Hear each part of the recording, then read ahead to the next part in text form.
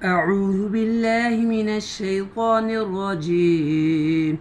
بسم الله الرحمن الرحيم.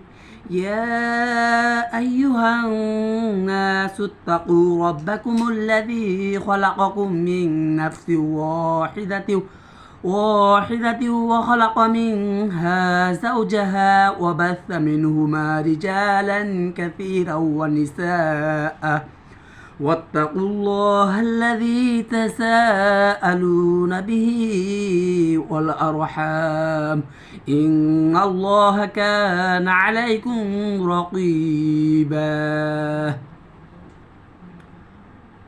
অর্থাৎ বিতাড়িত শয়তানের ওয়াসওয়াসা থেকে আমি মহান আল্লাহর কাছে পানাহ চাই। দয়াময় পরম দয়ালু আল্লাহর নামে শুরু করছি।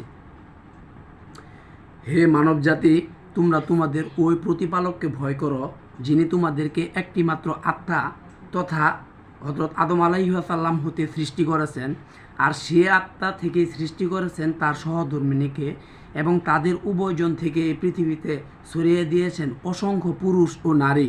অতএব ভয় করো সে আল্লাহকে যার সাহায্যে তোমরা একে অপরের নিকট যাচস না করো এবং আত্মীয়তার সম্পর্কের ব্যাপারে সতর্ক থাকো। নিশ্চয় আল্লাহ তোমাদের প্রতি তীক্ষ্ণ দৃষ্টি রাখেন। এই আয়াতের বঙ্গানুবাদ, ইয়া আইয়ুহান নাসু তাকু। এই আয়াতের বঙ্গানুবাদ হলো, উদ্ধৃত আয়াতে মহান আল্লাহ মানব মণ্ডলীকে আল্লাহ দ্রোহিতার পথ পরিহার করে আল্লাহকে ভয় করে চলার নীতি অবলম্বন করার আহ্বান করেন। পাশাপাশি আল্লাহ তাআলা যে মানবজাতির সকল আনুগত্য লাভের একমাত্র অধিকারী ও এ ব্যাপারে প্রমাণস্বরূপ মানব সৃষ্টির সুনিপুণ কলাকৌশল সম্পর্কে ইঙ্গিত করেছেন। হযরত আদম ও হাওয়া আলাইহিস সালাম হলেন মানবজাতির আদি পিতা ও আদি মাতা। এ বিষয়টি একই সাথে যুক্ত করেছেন। মানব সমাজে শান্তি শৃঙ্খলা রক্ষায় আত্মীয়তার বন্ধন একটি গুরুত্বপূর্ণ বিষয়। আলোচ্য আয়াতে এই বিষয়ে আলোকপাত করা হয়েছে।